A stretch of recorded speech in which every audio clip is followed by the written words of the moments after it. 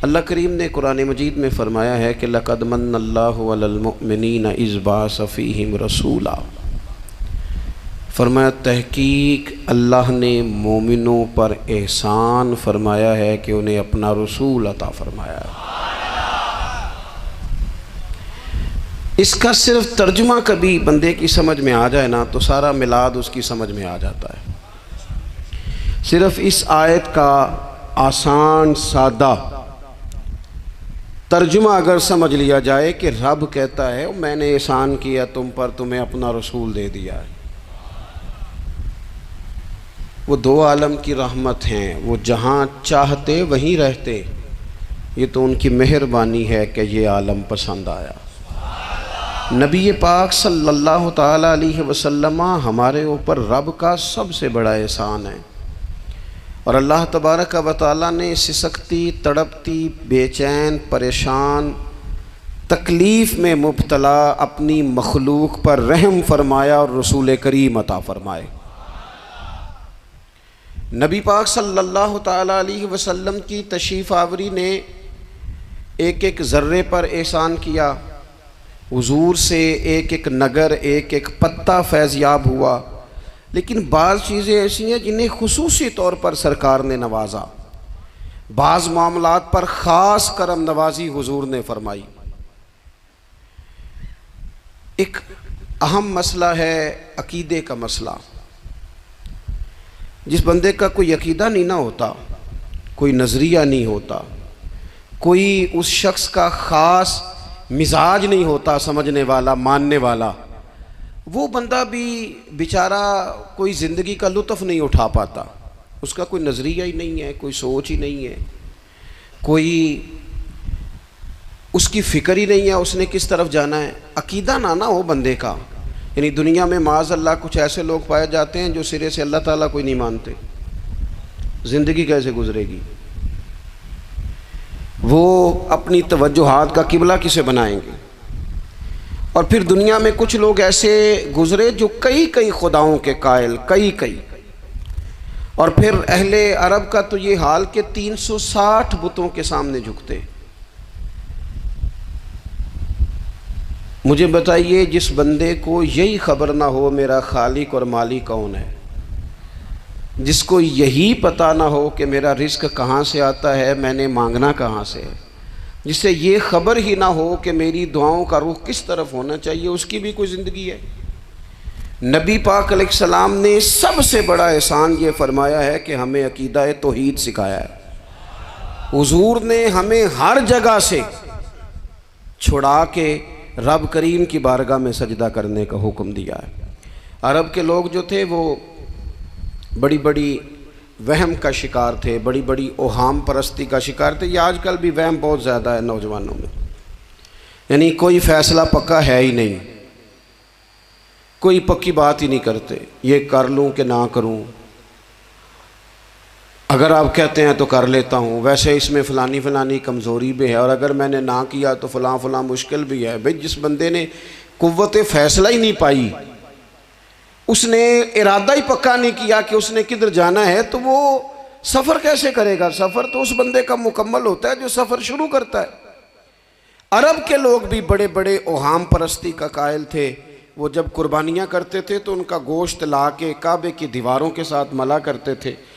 ये कबूलियत की अलामत है। सारे कपड़े उतार के काबे का तवाफ़ करते थे। जब एहराम बांध लेते, हज उम्रे का इरादा करते, तो दरवाज़ों से दाखिल नहीं होते थे। वो कहते थे कि दरवाज़े गुनाहगार हैं और हम चूँकि अब नेक काम कर रहे हैं लिहाजा ऊपर से होके आएंगे। रसूल करीम अलैहिस्सलाम ने उन्हें इन सारे वहमों से, सारी परेशानियों से, इन सारी बदशगुनियों से निकाल के कहा अल्लाह तुम्हारा मालिक है, अल्लाह तुम्हारा मुहाफिज है। होगा वो जो रब चाहेगा। ज़रा ज़रा सी बात पे सहम जाना, ज़रा ज़रा सी बात पे डर जाना।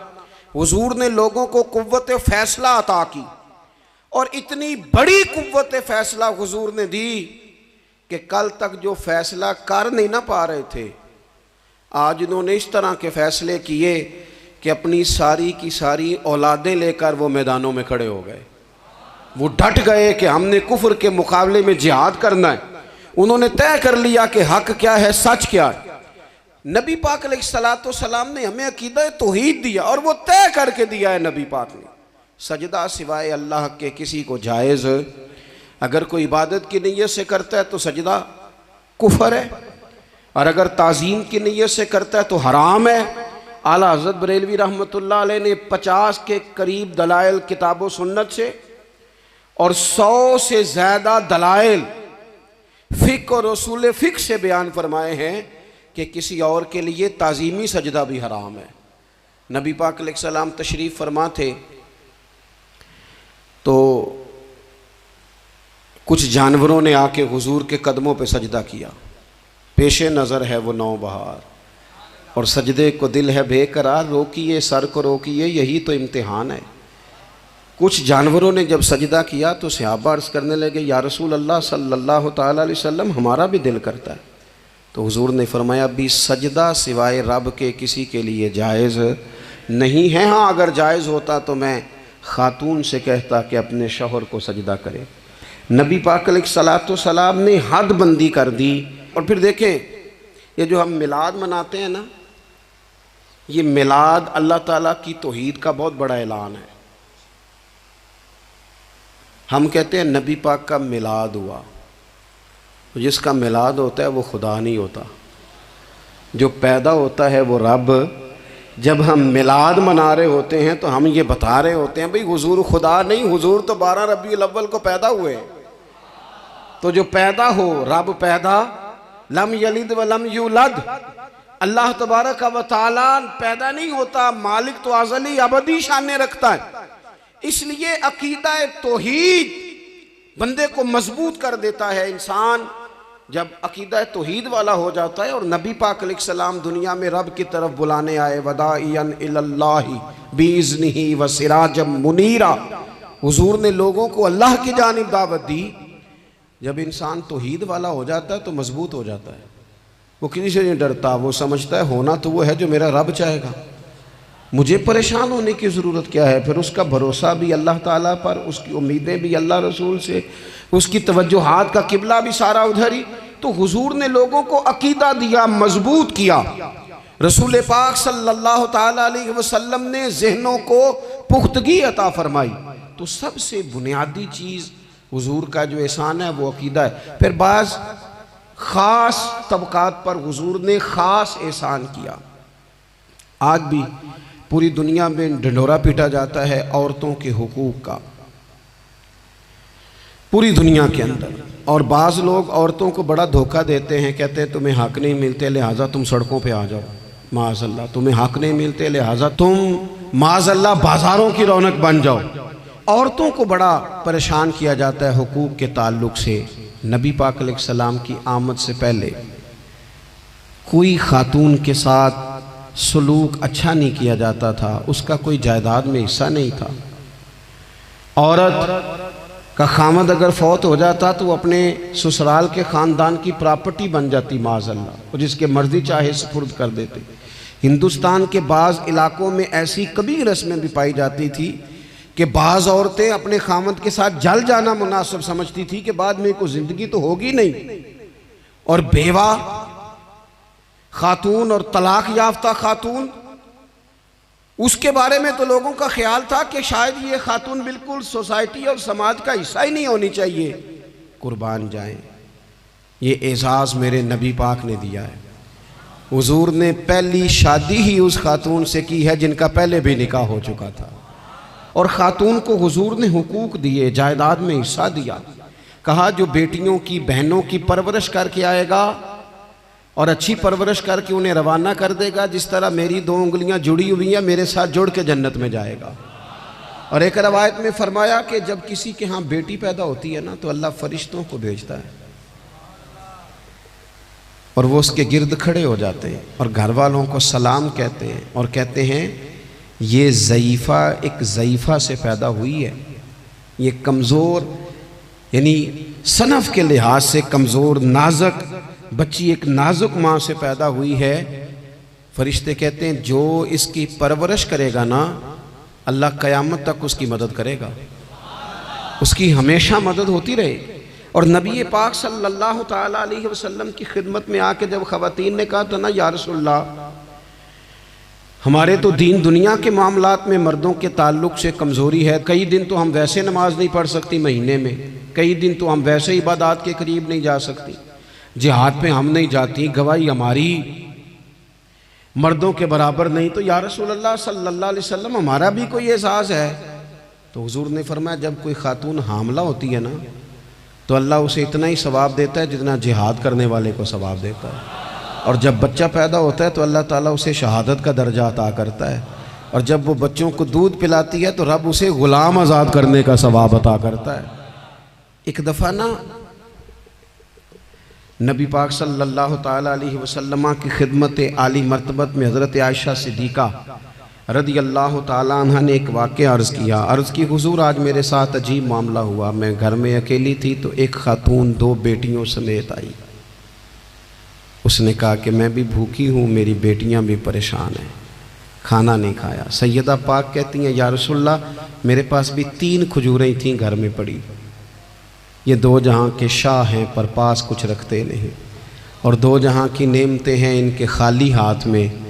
फरमाती हैं, वो 3 खजूरें मैंने उन 3 माँ बेटियों को दे दी। माँ ने पहले एक खजूर दोनों बेटियों को दी, फिर बच्चियाँ वो खजूर खा के माँ की तरफ देखने लगी, तो जो खजूर माँ के पास थी अम्मा ने उसके भी 2 हिस्से करके बेटियों में बांट दिए। हज़रत आयशा अर्ज़ करने लगी, या रसूलल्लाह मैंने ये बड़ा निराला रंग देखा है, माँ का अपने बच्चों से प्यार का अंदाज। तो हुजूर ने क्या फरमाया? नबी पाक अलैहिस्सलाम फरमाने लगे, सुन, फिर अल्लाह ताला ने उस औरत पर जन्नत को वाजिब कर दिया है।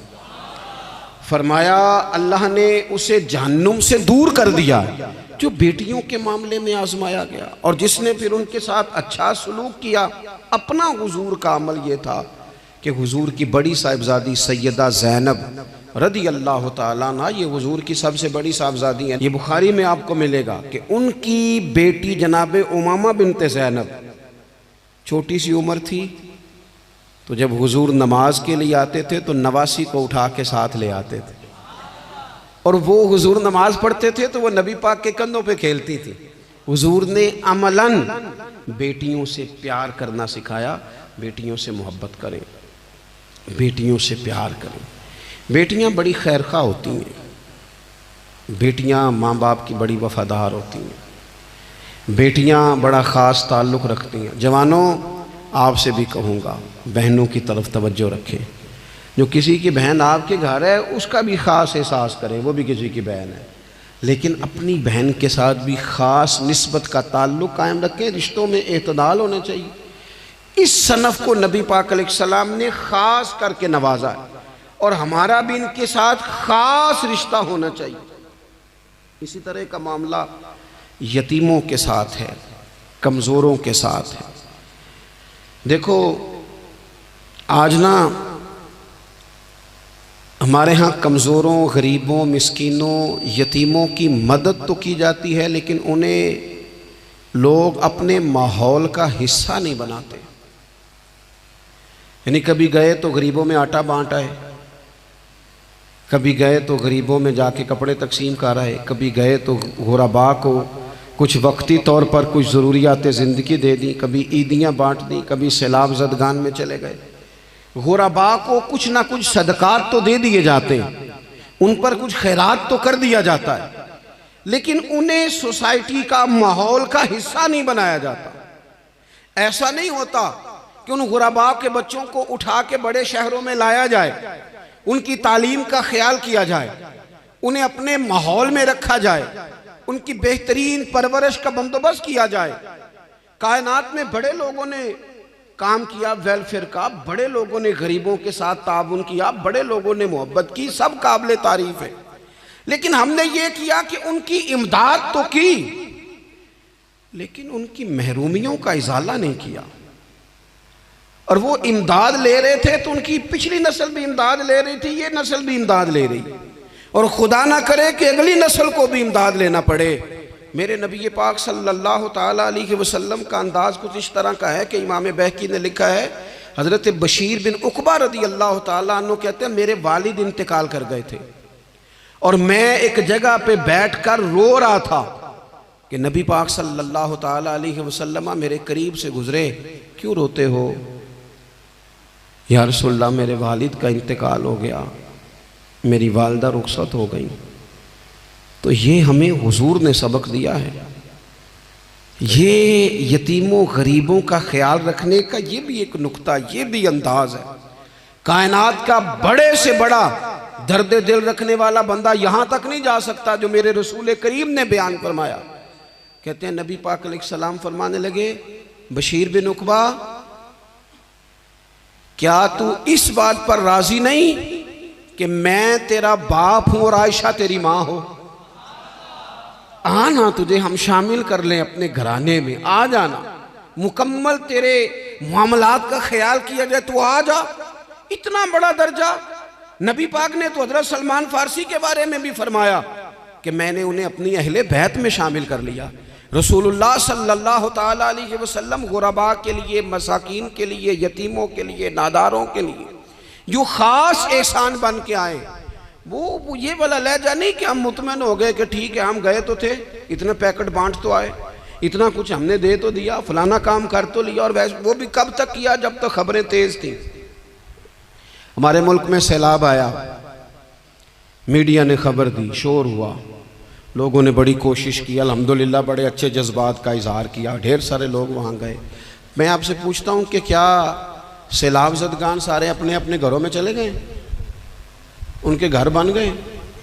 लेकिन हमारे जज्बे क्यों ठंडे हो गए? इसलिए कि खबरें ठंडी हो गई। हम तो चलते हैं ट्रेंड के साथ कि आजकल ट्रेंड क्या है।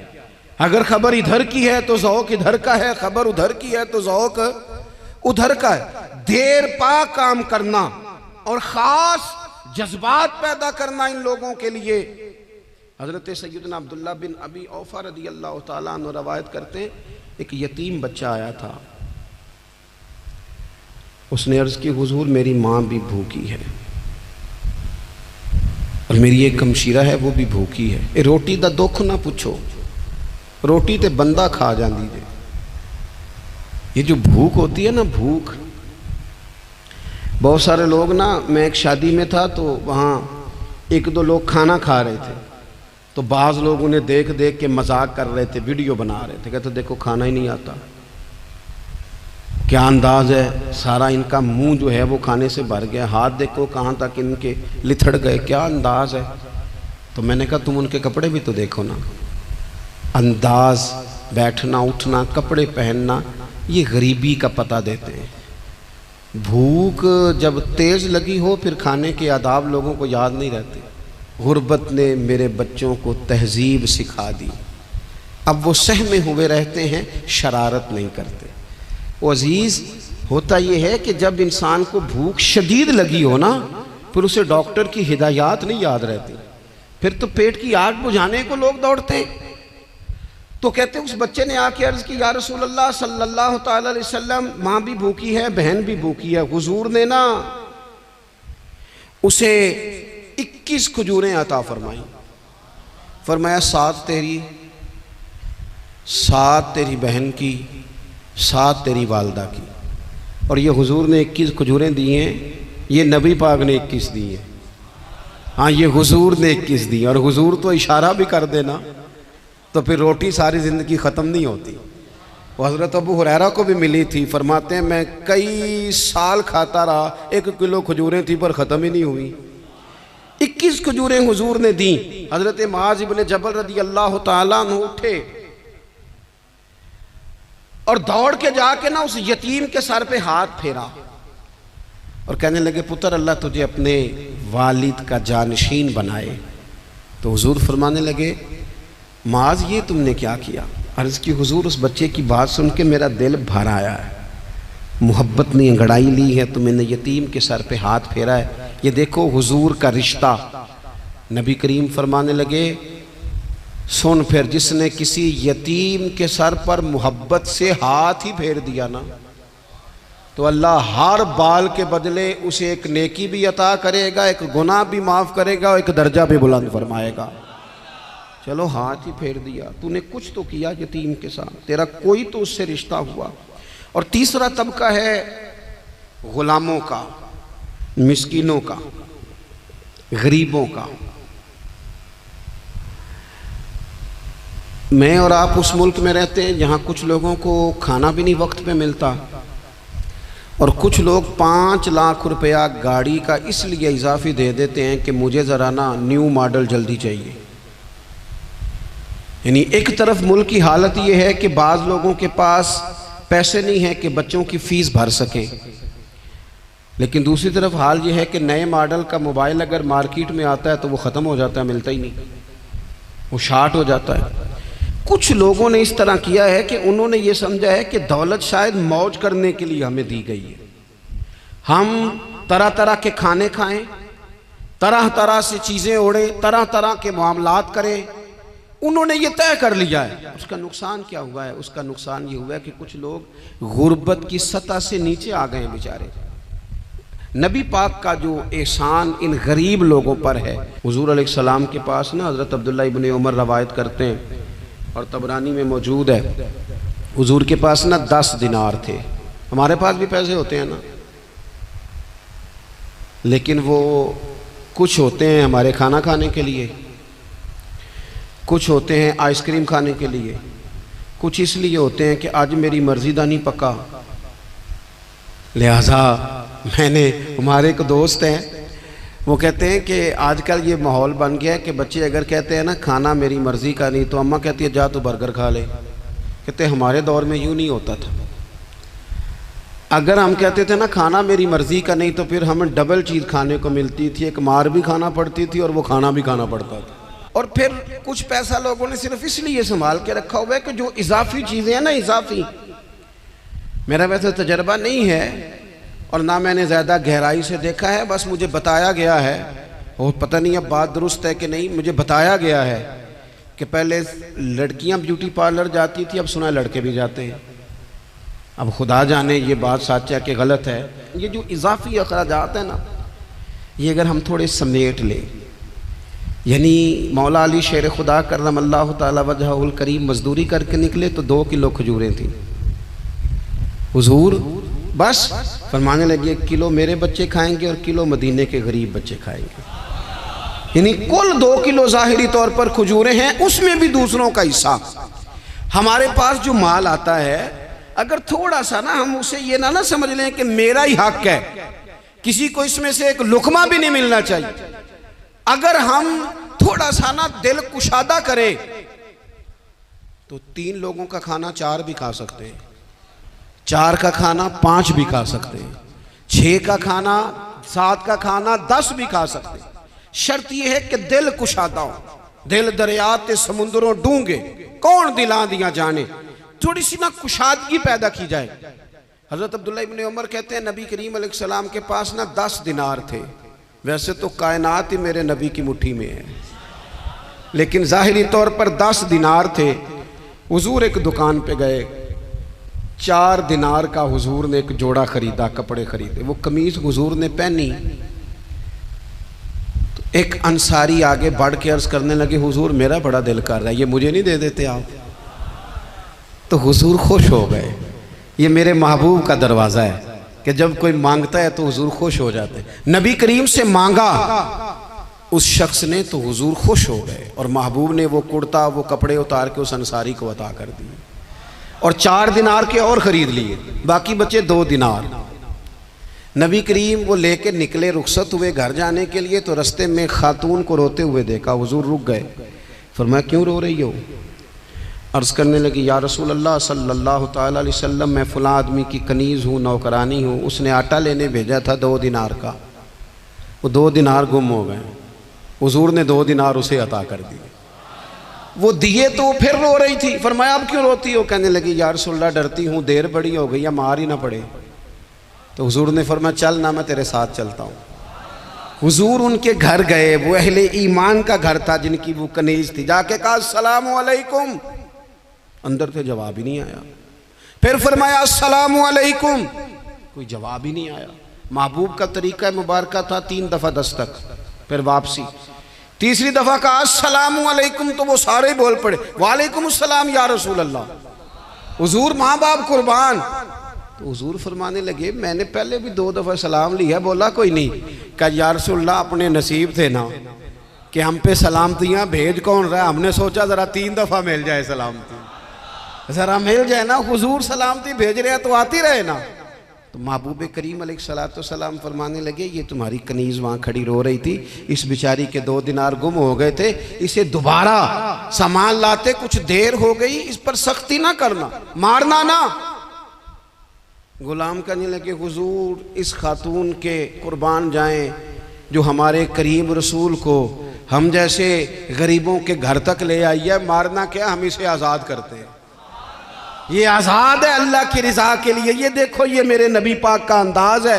हुजूर निकले तो जनाब अब्दुल्ला इब्न उमर फरमाते हैं रसूल करीम फरमाने लगे शुक्र है अल्लाह ताला का, 10 दिनार थे, एक अंसारी ने भी कमीज पहन ली, मैंने भी कमीज पहन ली और रब ने कनीज को आज़ाद भी फरमा दिया। ये अंदाज हमें नबी करीम ने दिया है कि हम अपने दौलतों में, अल्लाह की अताओं में गुरबा को, करीबियों को, रिश्तेदारों को, बहन भाइयों को थोड़ा शरीक कर लें ताकि वो जो आसूदगी अल्लाह ने हमें दी है उसमें से दूसरों को भी कुछ नफ़ा मिले। और एक बात आखिर में आपकी खिदमत में ये अर्ज़ करनी है कि जो ज़ेर दस्त लोग होते हैं ना, ग़ुलाम, मुलाज़म, नौकर, आप अपनी ज़िंदगी के मसाइल देख लें, जिन लोगों के पास लाखों आता है कभी हज़ारों आने लग जाए तो परेशान हो जाते हैं, तो जिनके पास सिर्फ सैकड़ों होते हैं। तो ऐसा तो नहीं कि आप ही टेंशन में हैं और आप ही को गुस्सा आता है, वो बेचारा कभी नौकर भी तो टेंशन में हो सकता है ना, मुलाजिम को भी तो कभी टेंशन होती है ना, उसके साथ भी तो मसाइल वाबस्ता है ना। हज़रत सैयदना अबू मसूद अंसारी रज़ी अल्लाह ताला अन्हु बयान करते हैं कि मुझे अपने ग़ुलाम पे गुस्सा आया तो मैं उसे मार रहा था, नबी करीम तशरीफ़ ले आए, हुजूर ने एक जुमला कहा तो मैं रो पड़ा। हुजूर फरमाने लगे जितना इख्तियार तुझे इस पर हासिल है ना, इससे कहीं बढ़कर रब को तेरे ऊपर इख्तियार हासिल है, लिहाजा अल्लाह से डर, इसके मामले में अल्लाह से डर। और फिर हुजूर तो सिर्फ ग़ुलाम नहीं, जानवरों के हक़ तक का ख्याल फरमाते। एक जगह तशरीफ़ ले गए तो ऊँट आपके पैरों पे सर रख के रोया, नबी करीम ने उसकी पुश्त पे हाथ फेरा, फरमाया इसके मालिक को बुलाओ ना। जब वो आया तो क्या इरशाद फरमाया, फरमाया तो इसके मामले में अल्लाह से नहीं डरता, इसने शिकायत की है कि तू इसकी ताकत से ज़्यादा बोझ डालता है, चारा और पानी भी वक्त पर नहीं देता। ये हुजूर के एहसानात हैं, हमें इन एहसानात का ख़ास ख्याल रखना चाहिए। और ये जो अय्याम है ईद मिलादुन्नबी के, इन अय्याम में बिलखुसूस हमें गरीबों के साथ, यतीमों के साथ, बेवाओं के साथ, मसाकीन के साथ, लाचारों के साथ इस लिहाज से ज़्यादा मदद करनी चाहिए कि मेरे रसूल पाक इन्हीं के लिए तो ज़्यादा रहमत बन के आए, इन्हीं का तो महबूब ने ख्याल ज़्यादा फरमाया, इन्हीं के बारे में तो हमें तलकीन ज़्यादा फरमाई। वो अपने पराए का गम खाने वाला, मुरादें गरीबों की बरलाने वाला, मुसीबत में गैरों के काम आने वाला, वो नबियों में रहमत लक़ब पाने वाला। तो नबी पाक अलैहिस्सलाम के ग़ुलामों, ये हमें सीखना है, इस पर हमें अमल करना है। अल्लाह करीम की बारगाह में दुआ है अल्लाह हमारी हाज़िरी को कबूल फ़रमाए। आखिर दावा या अनिल हम्दुलिल्लाह।